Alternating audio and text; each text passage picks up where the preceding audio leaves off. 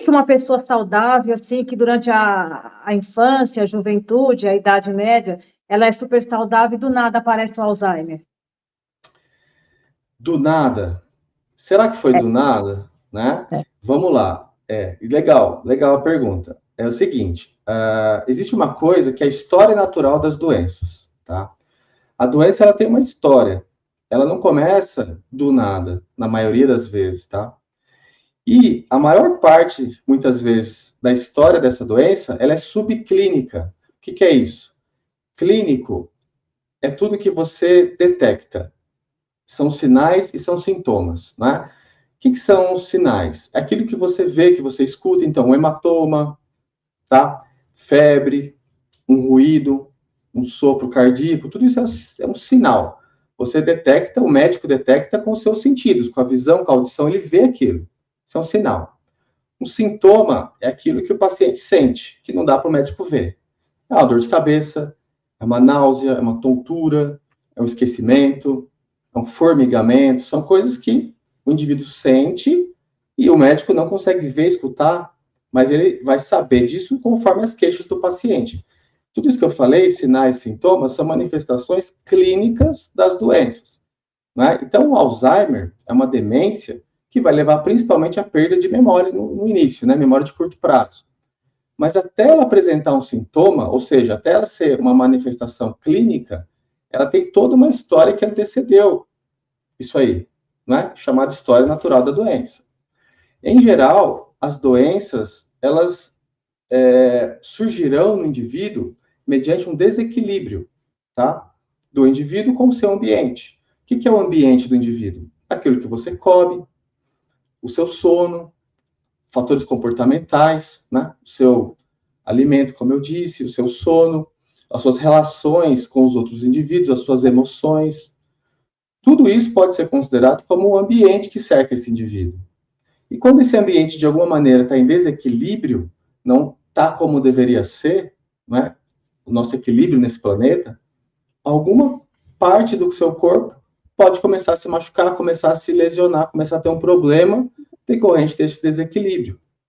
Conforme o tempo passa, esse desequilíbrio, essa lesão, esse machucado que está em alguma parte do organismo, começa a piorar, piorar, piorar, até que chega o ponto em que existe um sintoma ou um sinal, ou os dois.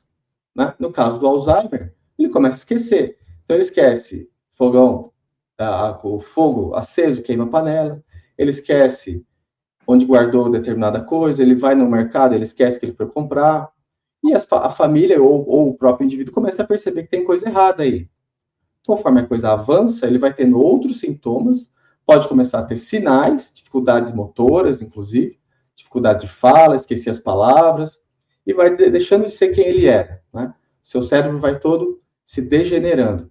Mas até começar os sintomas, ele já estava com uma lesão que já vinha acontecendo, às vezes, há décadas, que já estava ali acontecendo, e era nesse ponto que deveria haver uma mudança para evitar o desenvolvimento dessa doença, mas não houve uma mudança de hábitos, principalmente alimentares, comportamentais, de sono, que a gente pode entrar em detalhes, mas é isso. Então, por exemplo, a demência de Alzheimer, ela não vem do nada. Aparentemente ela surge, mas ela já estava lá, decorrente de uma série de desequilíbrios, uma série de fatores de risco associados ao seu desenvolvimento.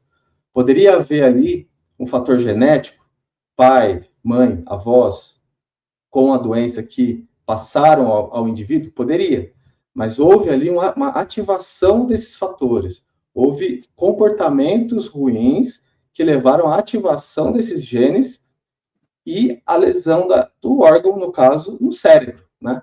Que vai, em algum ponto, depois de alguns anos, começar a trazer sinais e sintomas, entende? Então, quando você me diz que veio do nada, na verdade não foi do nada, o indivíduo tinha uma tendência genética de desenvolver essa patologia, provavelmente, conforme os estudos apontam, mas ele, por meio do seu comportamento, da sua alimentação, do seu tempo de descanso, do seu sono, do controle das suas emoções, ele propiciou um ambiente de desequilíbrio que levou ao adoecimento, à doença, no caso, a demência de Alzheimer, né?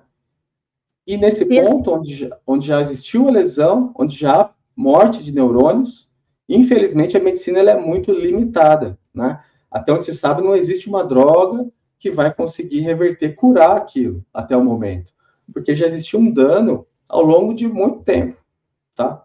Então, a reversão é muito difícil. As medicações são para controle dos sintomas, para melhorar a qualidade de vida, para trazer um alívio para o indivíduo, para a sua família, mas, infelizmente, a progressão ela é inevitável, né? E assim, o que a pessoa tem que fazer durante a vida para não chegar a ter essa doença, ter o mal do Alzheimer?